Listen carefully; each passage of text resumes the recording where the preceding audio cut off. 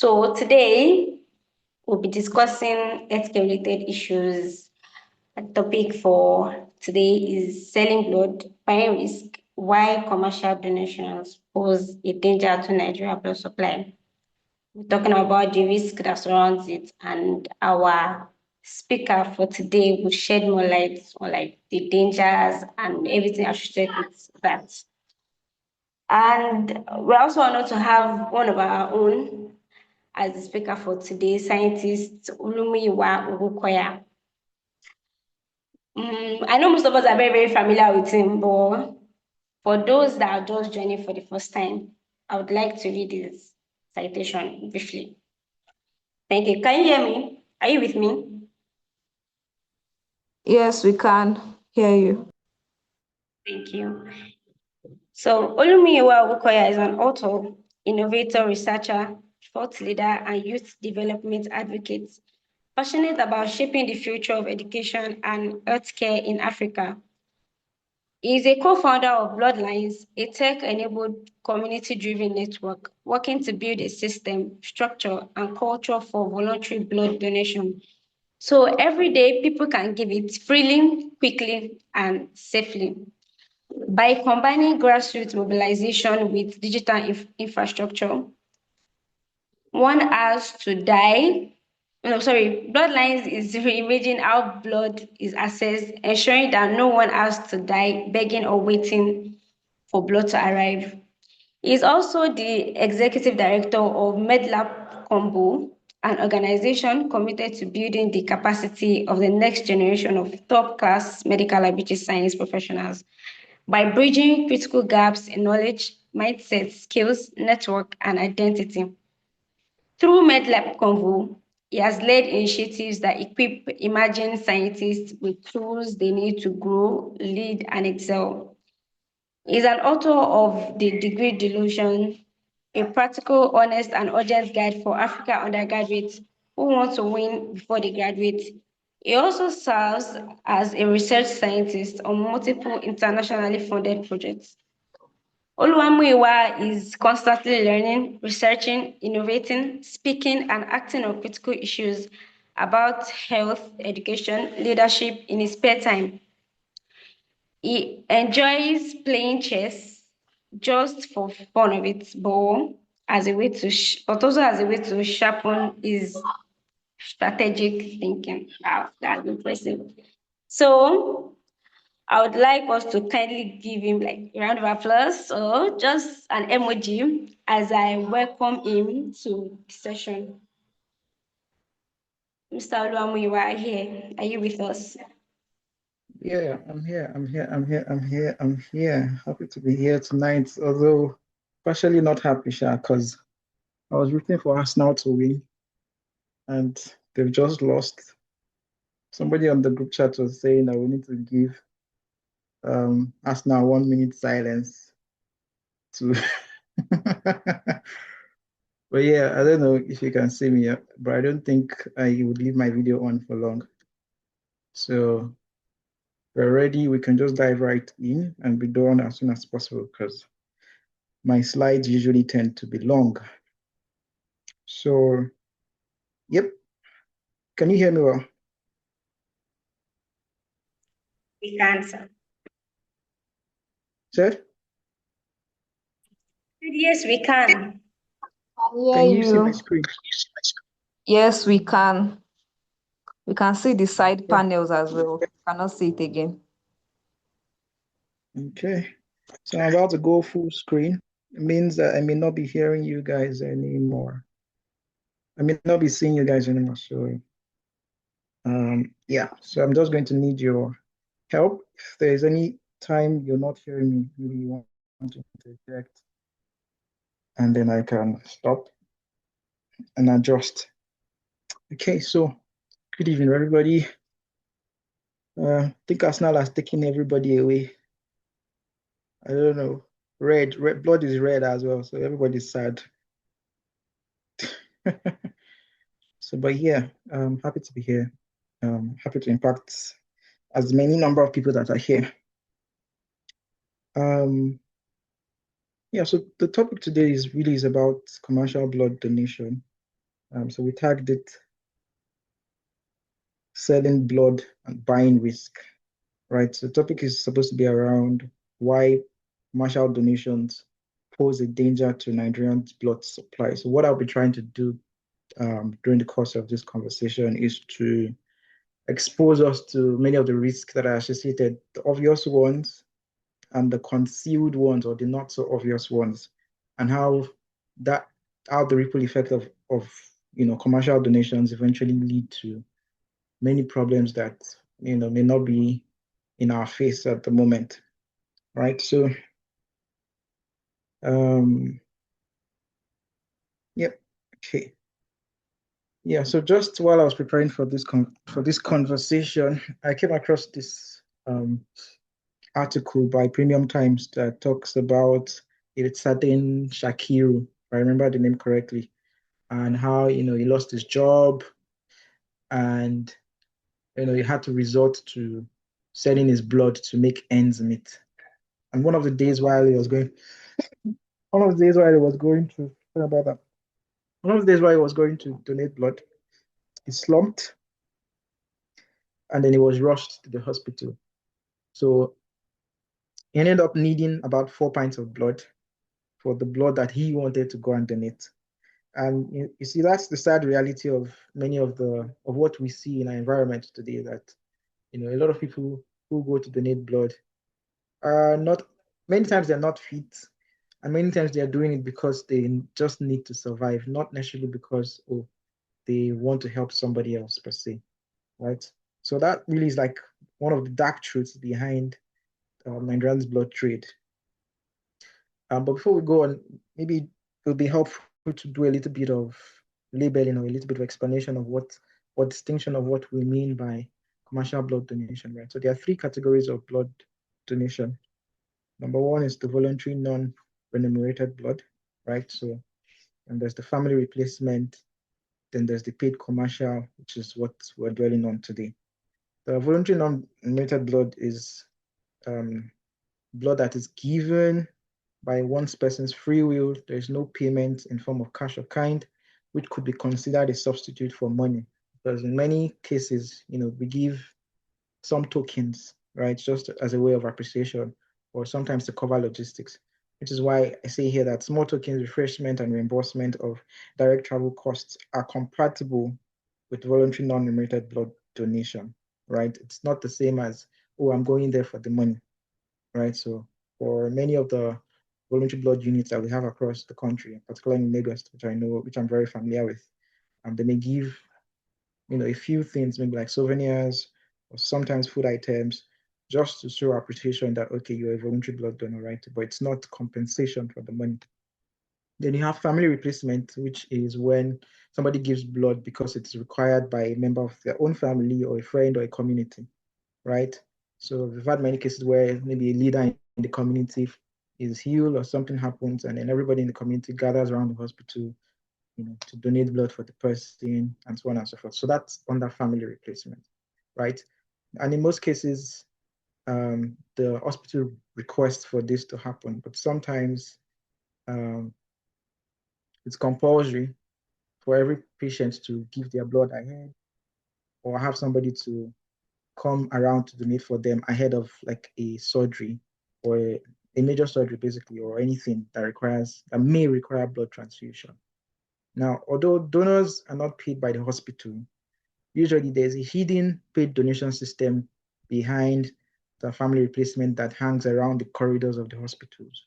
So many times when people come for family replacement, you find out that the people who actually donate are not actually family members, right? They're people that, somebody told somebody that he could help donate blood and get paid. So they're usually like a middleman system, so there's an informal commercial or paid donor system that is hidden or concealed around the family replacement, right? So that's one thing that we may also touch on.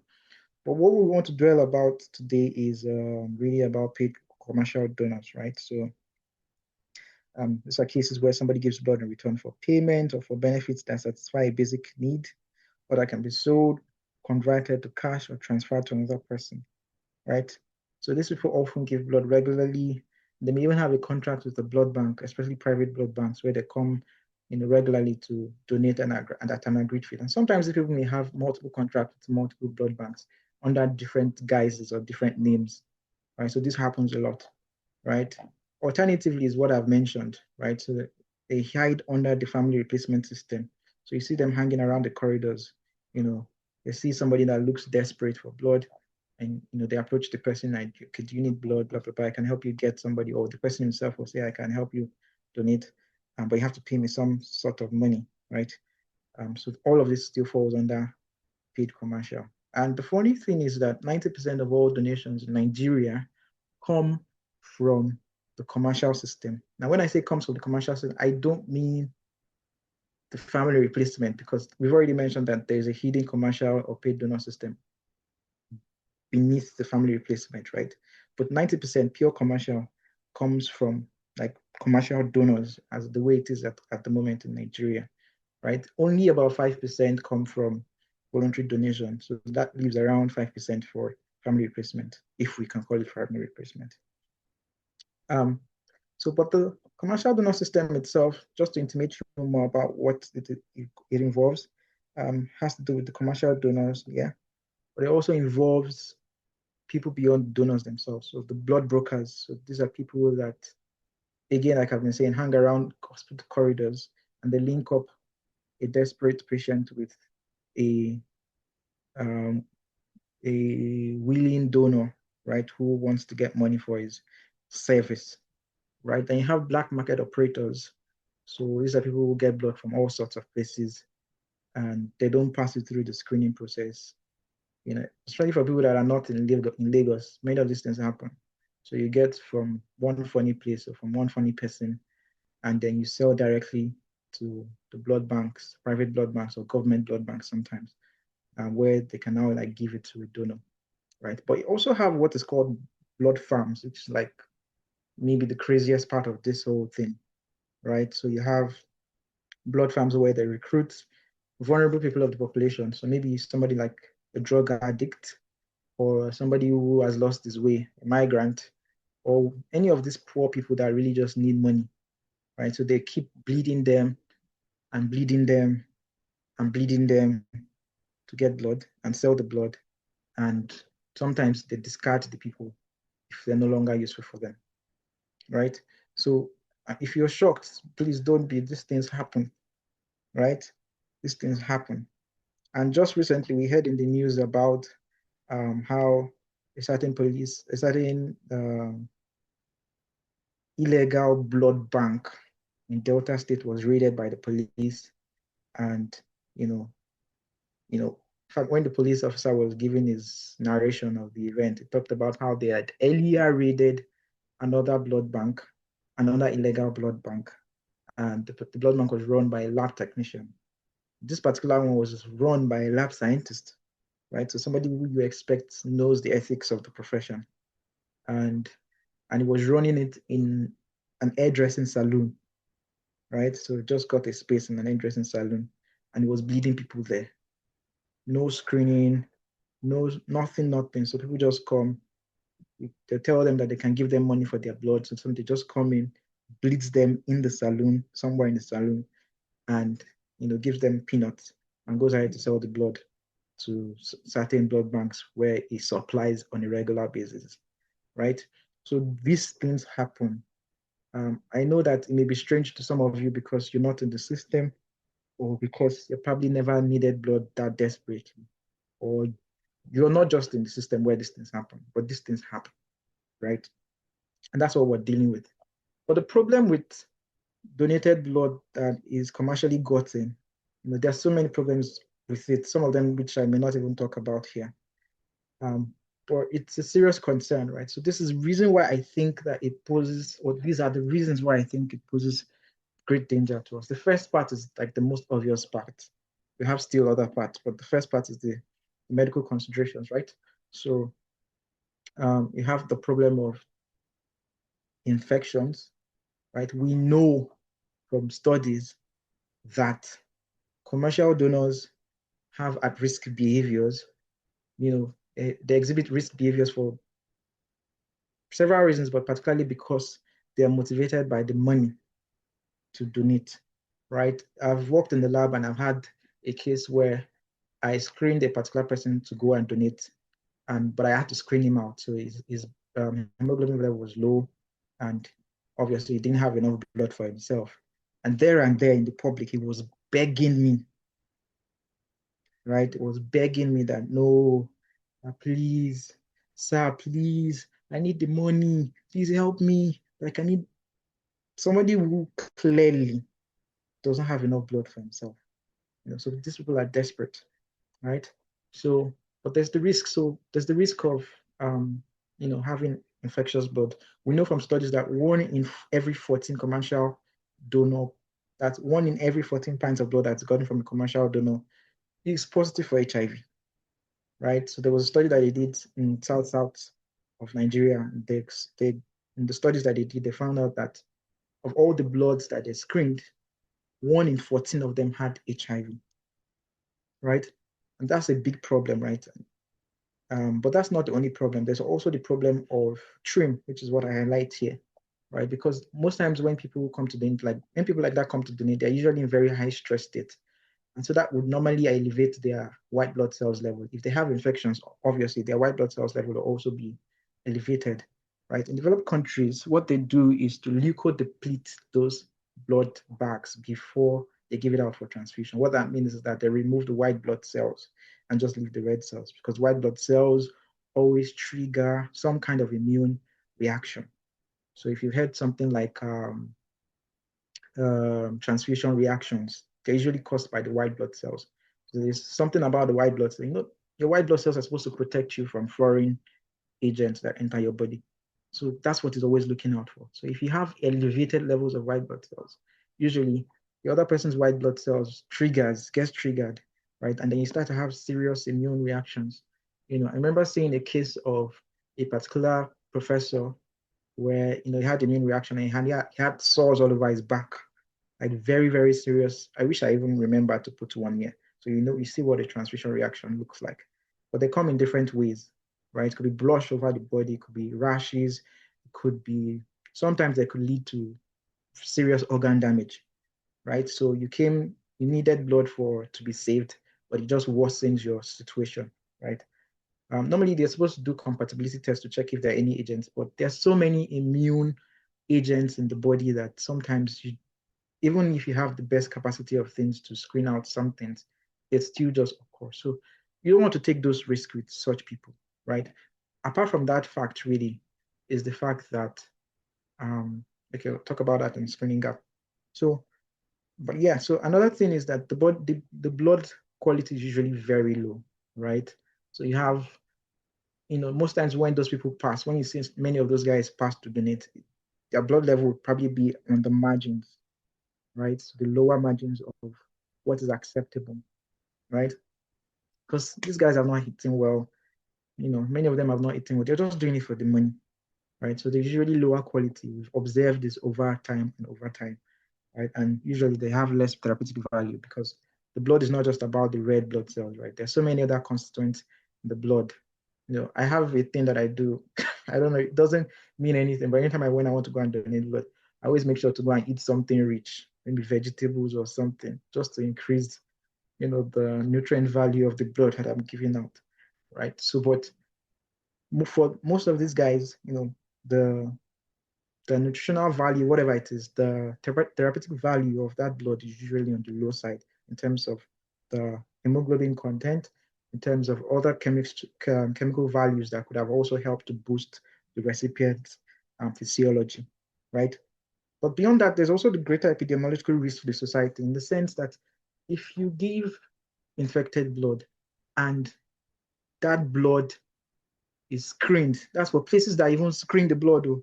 If that blood is screened, but somehow it is not caught that the person hasn't, because every infection has a window period where it doesn't show up in some of these tests that we do. That's why sometimes when you go for an HIV test, they tell you to repeat it in the next 3 months, right? Because these infections have like a window period. So sometimes these things may actually skip the screening process, right? So imagine you putting somebody who has HIV and doesn't know that he has HIV into the society, right? Imagine the ripple effect of that in the society, right? So it's a danger not just for the person who gets the blood, it's a danger for the population at large. And that's what caused the crisis of, I don't know if you know, but caused the crisis in Malawi, caused crisis in the US especially, where people with thousands of people, in China as well, thousands. In fact, one of the reasons why China has made the decision to say, okay, no, we're focusing on just voluntary blood donors is because of an incident like that where millions of people were infected through donated blood, right? So it's a really big risk to the society. And sometimes, like in the case of our friend Shakir that we saw at the beginning of this presentation, the donor, in fact, becomes the person who needs the blood, right? Because you don't have enough blood in the first place. Collect your blood and then you slump, then we now start to rally for blood for you. That's an economic waste, some sort. Because most times it's not just the blood that you gave that will be given back to you. Somebody has to look for extra again, right? To also give back to you. That's like a waste of resources, waste of everything, basically. But beyond the medical concerns, there's the concern also, still kind of medical, but I just, as a medical laboratory scientist, I need to highlight this as well. There's the screening gap, I've talked about that sometimes in the past slide, where first, most assays are not the assays that really test for many of the sorts. So there are like two levels of screening most times. There's the rapid, which most hospitals or most facilities will use just to quickly check. Then there's the, I don't know what to call it for you. It's not rapid, basically. So we call it ELISA, basically. So it helps, some people do ELISA, some people do NAT, some people do something more technical, something more sophisticated, just to check for these infections, right? Not all facilities have these things. Some facilities don't even have the rapid one, right? Right? And in some cases, what we usually test for, that's usually HIV, hepatitis B, C, and syphilis, is not enough to cover, because if you check, for example, WHO has a book where they list all the possible tests to screen for. In many developed countries, they are screening for all of these things at the same time. But even at that, they don't cover all. But for African countries like this, where we say, okay, at least the minimum standard is these 4 things, there's still a whole lot of infections that we don't even test for. So when you see somebody's lifestyle, for example, and you see that it's not too great, sometimes for us, it's an indicator to screen the person out, because the person may not have HIV or hepatitis or syphilis, but the person may be carrying some other infection that we may not be testing at that point in time, right? So that's why, the whole idea of commercial donors doesn't even help, because we're just doing 4 tests. It doesn't cover everything. Some facilities, we don't even have the facilities to test for these things, and we just give the blood like that, right? But the screening itself is limited. And yeah, I've talked about the window period. We also do not have an immunovigilance system that tells us, oh, how many people are getting infected from the blood that we give. So we don't know how crazy the situation is, but it's crazy, I'm telling you. So, but if we knew, maybe that would have helped justify the need to say, okay, let's stop this. But we don't gather data in Nigeria. And the problem with that is that things like this continue to fester, and we continue to have issues, and nobody thinks it's an issue, and it just continues to go on that way, right? So that's the screening gap. But there's also the economic gap, which is like the major thing here that I think would make sense to everybody. So I'm going to go through it from the angle of what you see on your screen here, the Titmus hypothesis, right? So Titmus, his full name is Richard Titmus, was a behavioral economist. And, in this book, his seminal work, The Gift Relationship, talks about how voluntary unpaid donation systems are more effective and safer and morally superior to systems that rely on paid donors. And that as an act of altruistic giving fosters social solidarity and produces high quality outcomes than market-based approaches. It was just hypothesizing at that point in time, but studies have proven him right? Studies have shown that, okay, yes, this is actually the fact, right? The summary of what Richard says or what Titmus says is that people give better when they give freely, and that paying people for blood reduces the safety, the quality, and the spirit of donation itself, right?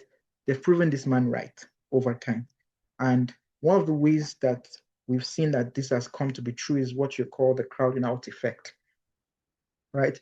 So the crowding out effect is an idea in behavioral economics and psychology where introduction of an external reward reduces the intrinsic motivation to do certain things, right? So when you pay somebody for something that they were originally doing freely, it changes their psychological framing and it stops becoming an act of rich and something of like a transaction. So if somebody comes today to donate blood for free and he sees that other people are getting paid for it, or maybe you even pay him for it, trust me, next time he's not going to do it for free anymore, right? So there's been studies to also show this, right? A study showed that a 1% increase in incentivized blood collection was associated with a reduction in voluntary donation of almost 1% or more than, or half percent, right? 0.5% to 1, right? The extent of crowding out was higher in countries with higher rates of HIV infection, imagine, right? And we see in another study that the supply of female blood donors decreases by almost half when monetary payment is introduced. Now, so to the extent of crowding out, laws and policies that allow, so they're concluding, these other people, that to the extent of crowding out, laws and policies that allow or encourage incentivized collection would simply displace voluntary donation. Now, I want to make more sense of that for you. So that's why I highlighted this here, right? So commercial donation just is not just like a replacement for, if we can do voluntary donation, we can do commercial donation. No. What commercial donation does is that, first, there are a lot of risk attached, but not just that. It also displaces voluntary donation. So when people see that people are getting paid, number one, they don't want to do it. It reduces the motivation to do it. When you pay people, it reduces their own motivation as well to do it. So it's not just the fact that commercial donation is risky, the fact that it is also stopping people from voluntarily donating, right? Of course, you've heard many times, if you've been in the space, where people say, they're going to sell my blood or something like that. So the trust is lost, the motivation is gone. So somebody comes the first time, sees what happens, and it just triggers the person to just stop donating. So if we continue in this way, we're going to get to the point where, it's already happening. What am I even saying? 90% comes from commercial donation. It didn't start that way, right? It didn't start that way. It didn't. So it's been a process that has led to this point. I won't be surprised if in the next 10 years, we're hearing that 95% of donations come from commercial blood donors. So we're still exposing again the population to all the risk that are attached to commercial donations, right? So, but there are also considerations as well. And I think the one I put first is the most interesting for me, the poverty trap. I've been saying that most of these people are desperate because they need it to survive, the money to survive. And it's sad because donors that sell the blood, like I said, are poor. But the people who also die most times for unavailability of blood are also poor people, right? Because the rich usually has an alternative. They can pay people to, come and donate for them, right? They can pay the poor people to come and donate for them. And they can even, if they have Shakara, they can even screen the poor people and say, no, you don't look like I need your blood, right? So the rich is kind of cut out of all of this. It's the poor people that donate the blood that still die when blood is needed, right? So it's a poverty trap. So it's something that should rouse our conscience, it's something that should rouse our consciousness as well, to say that, okay, this thing is like, in some ways like a rat race. We keep complaining that, and people are sending blood, blah, blah, blah. But we, the ones that, the masses that actually need the blood, are the ones actually suffering from the whole thing at the end of the day. Because when the rich man, needs blood, he doesn't even stay in Nigeria. What do you mean? He flies out, right? Takes care of himself, right? So when we don't give blood, right? When the average person doesn't give blood, when the average Nigerian doesn't give blood, the person that he hurt is his fellow average Nigerian, right? So there's poverty trap. So there are no consequences whatsoever to the middlemen, because these guys, they just connect to people. If there's any infection, wahala, doesn't concern them. They collect money from the win on both ends, basically. They collect money from the person who needs the blood, and they get somebody who is going to donate the blood for free, for cheap, sorry, right? So, and they bring people together. So they have there's no, establish your product, there's no real cost to it. You're not going anywhere. You're just making phone calls, but you're collecting money from that person, collecting money from the other person, right? So, and and I highlight this because, if you're in any market, if you're in any trade, the fact that you're in a line or in a chain of supplies or demand should bear consequence. You should bear consequences, because if something happens, then it makes you or it motivates you to make changes, at least sometimes towards quality, right? But because you bear no consequences at all, um, there's nothing involved for you. You can just continue to behave anyhow, right? So the trust in the healthcare system also gets eroded over time, because many times we hear of cases of blood scandals, right? And it makes the underlying problem even harder to solve. And the funny thing is that commercial blood donation is also illegal in Nigeria. We have a national blood policy that says that, okay, this thing is actually legal, right? And you could also get fined of up to 100,000 naira, or maybe a year imprisonment, or both sometimes. So it's actually illegal. It's something that you could go to, you could face jail term for, you could face a fine for, but you still see this as rampant. Also, healthcare workers who facilitated paid donation violate the law because of this. But you see, the problem with this is that the people who really pay for this don't pay for it by fines, right? They pay for it with their lives. So I just wanted to remind you guys again that, the problem that we're talking about is something that causes 40% of maternal death, causes 30% of road accident deaths, and puts, vulnerable people that are victims of love, sickle cell people, at a very, very, very tricky place, right? So we want to look at these things more holistically and say, okay, what's the way forward, right? So what can be done?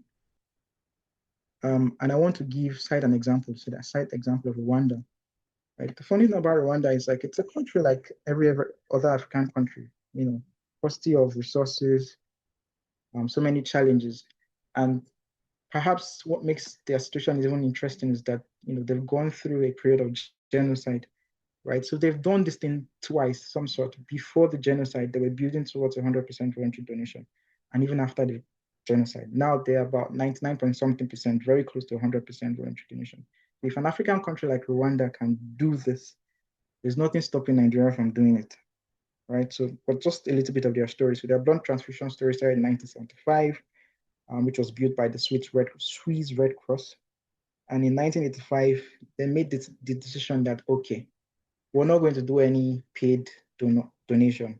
It was going to come from voluntary donors 100% of the time, right? But of course, their civil war happened in 1994 to 1995, and caused a lot of death, wiped out about 80% of their health workers. So many things happened. Many of their institutions were destroyed, and so on and so forth. But imagine, from the genocide, the government still went back to the same decision that, okay, we're still going to put blood as a priority. So they set up the National Center for Blood Transfusion by law, anchored in the Ministry of Health. From day one, they started working towards the same 100% voluntary donation. In 2013, they got level 1 African Society of Blood Transfusion accreditation. 2014, they got level 2. They're currently level 3, and they got that in 2017. And that's the highest level of accreditation. And they got that after Namibia. So Namibia also is one country to spotlight. So, but how did they go about this? The very first thing is having the will, right? So, like I've just said, the government made it a priority. The government made it a priority to rebuild from scratch, from day one, right? So, around that will, around that principle, they built the infrastructure. So they implemented quality management systems in 2020. In 2002, the US CDC provided technical support that helped to transform their small blood transfusion district unit to 4 state-of-the-art regional blood centers, right? They also built a culture around the whole donation thing. So set up clubs like the Tuari Club 25, where they encourage people to donate blood 25 times before the age of 25. Their army also were manning many of the efforts. They would set up blood centers around their barracks.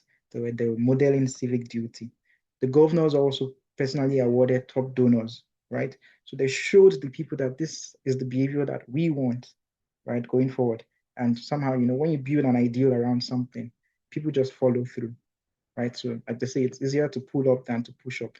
So they also build a technology around, because if you go to Rwanda, I haven't been to Rwanda anyway, but when you see pictures of it or you see videos of it, maybe from friends or whatever, you see that it can be very mountainous, right? So they're mountainous areas. So they partnered with Zipline to help them deliver blood using drones to the cutout areas, so the rural areas, the last mile areas, right? So um, right now there are, again, like I said, more than 99% voluntary blood donation. What's the word I will use? Yeah, but they are very, very close to 100%. So, but what are the lessons for us, right? If you follow the same steps, basically, first thing is that we need to start with the will, right? What's the ideal? So we need to develop something like a national ideal around blood donation, right? So we already actually have the policy, like I said, on paper, right? But we still treat it as aspirational. We don't take it seriously, right? So it's just paper, it's just mouth talk, right? So, but we need to start treating it as non-negotiable and not as aspirational. Then we need to build, the structure around it and fund it. Again, Nigeria already has a national blood transfusion service, but till date, since 2021, it has only gotten about $50,000. $50,000 is what all these NGOs usually give people to do stuff. If you're working as an NGO and you write for a grant, $50,000 is what some of these grant funders would give certain NGOs. 50,000 is not a lot of money, right? But we need about $50 million to reform the entire blood transfusion service, right? But we also need something more solid in the framework of the law. Have dedicated budget lines, not just one government comes and say, okay, let me give 1% of 1% to blood donation. We're still in Nigeria. It's Nigeria that we're still thinking of giving 5% of the budgetary allocation to health, the entire health system, 5%. So how many percent do you now want to give to like blood transfusion services for voluntary blood transfusion services, right? So then we need to build an infrastructure also around the whole thing. So like mobile units. One thing about, if we attended the previous sessions, for example, where, for example, Sunday was speaking, one of the things they mentioned is that you have to make donation easy for people, right? So you need an infrastructure that makes it easy for people to donate. So mobile walk-ins, mobile units, campus drives, campaigns, awareness, education, all of those things, right? Then we need to invest in quality and seek accountability. And that's a problem we probably have so we need to institute an MO vigilance system, to ensure that we keep track of, the data, some of the data and some of the things that help us meet up to international standards, right? So because then we can submit to international bodies that can accredit us, and people can see that, oh, things are working, and can start to rebuild trust in the system again for people, right?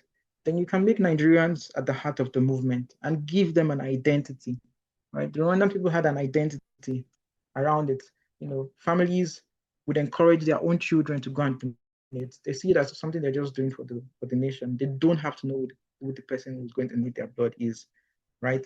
So you hear different things like, it doesn't matter if it's a stranger or stuff like that. They do it as, it's what good families do, some sort, right? So we need to put young people though at the heart of the movement and then give the whole idea an identity.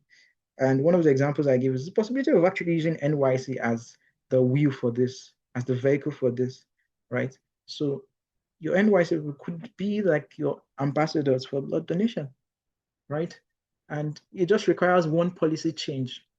If you say, okay, this is one of the things that should be part of the scheme, and it's just an example, because I know when I raise the example now, people will say a lot of things, so people fight back and all.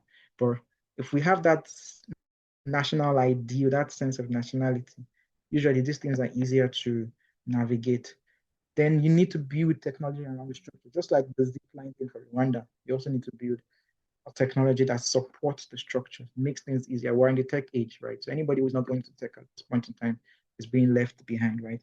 And that's one of the things that Bloodlines is trying to do, right? So we're trying to build technology around the whole coordination system as well. So yeah, it's really a lot. If you go back and forth to everything I've said, it's just crazy, right? It's just crazy that we're still talking about commercial donation at this point in our history as a country when we should have gone forward. We have countries that are not even up to our population. We have countries that are not up to our national resources. They don't have up to us doing way, way better than we're doing, right? So it's just a shame. And maybe as my last words, the reminder for this is just that the people who suffer these things, when we don't come together to say, okay, we want to stop commercial donation, we're still the ones, it's the masses that suffer it. We're the ones who counts the cost. And again, remember that the cost is not in naira or dollars, right? The cost is in lives that die that should have been saved. So I'm going to end my presentation here and wait for questions. So thank you very much for listening. I do hope that many of what I've said has made sense to everybody here. Okay, so I guess I can take questions now. Thank you so much, Mr. Oluwamuyiwa. This session was a really insightful one. And I hope we can see that there are a lot of gaps in our healthcare system, and it is up to us to make sure we bridge those gaps and make things easier for us. A lot of things that will fall short on, and we can be doing it today because we can see it, and it is up to us to make sure we try as much as possible to make sure things work out in our system. So, with that being said, we'll take questions now. Does anyone have any question for our speaker?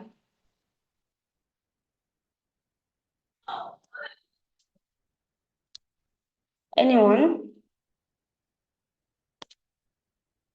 If you don't want to speak, you can write it in the chat box.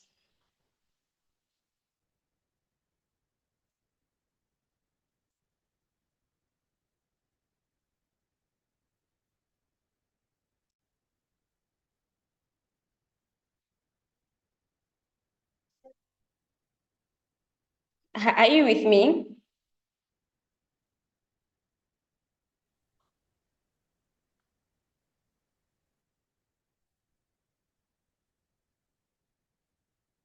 Okay, I do hope that people heard what I said.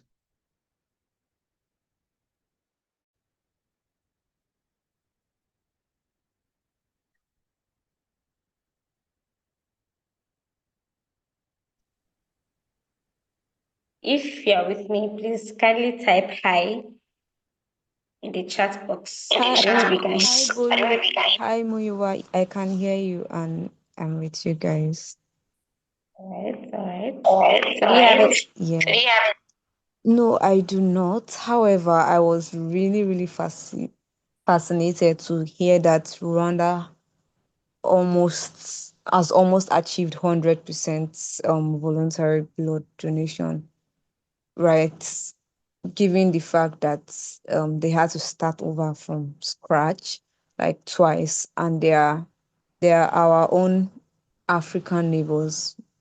So it begs to wonder um what exactly we are doing here in Nigeria. Of course, this is where organizations like Bloodlines and other blood donation entities come in. But for Rwanda's case, it was if I heard correctly, it was the army that maybe spearheaded, or they are the ones in charge of these things.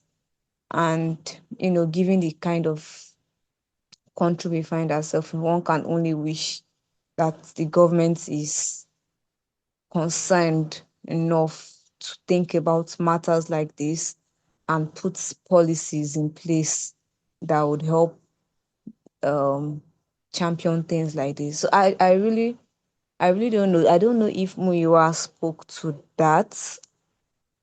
So yeah, that's just what was going through my mind as I listened to our facilitator for today. Thank you.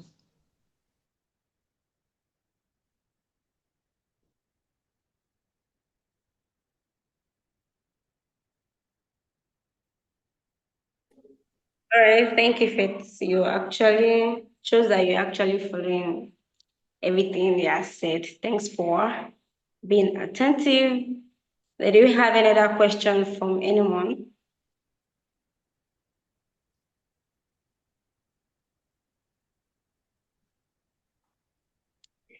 I don't think so. So, in the absence of no questions, I would like to end the meeting now. Thank you so much for joining, and I'd like to thank our facilitator for today. It was a really, really insightful session. So, good night, guys. Have a nice night. Good Bye. night. Yeah, good night, everybody. Bye. Bye, Muiwa. Thank you so much for today. Thank you, everyone, for joining.